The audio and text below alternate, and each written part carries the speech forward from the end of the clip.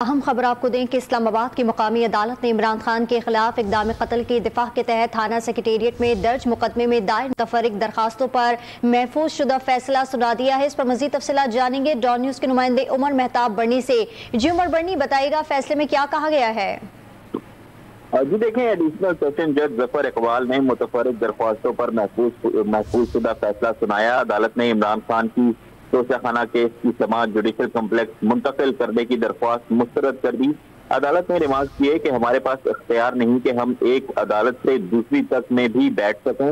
عدالت نے مدعی وکیل کی ضمانت خارج کرنے اور فم سے طبی معائنہ کرانے کی استدعا بھی مسترد کر دی۔ بابر اعوان نے عدالت کو یہ یقین دہانی کرائی کہ عمران خان جو ہیں وہ کل عدالت میں پیش ہوں گے، جس پر عدالت کی جانب سے عمران خان کی ضمانت میں کل تک جو ہے وہ توسیع کی گئی ہے۔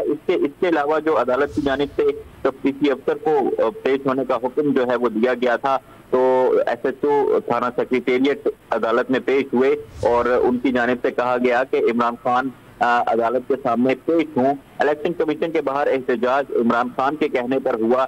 اس پر عدالت نے استفسار کیا کہ کیا مدعی نے کوئی عمران خان کے خلاف ثبوت دیا، جس پر تھانہ ایس ایچ او نے کہا کہ یو ایس بی موجود تھی، جس پر عدالت کی جانب سے ریمارک دیے گئے کہ یو ایس بی کا ذکر نہ کرے، اس میں عمران خان موجود نہیں۔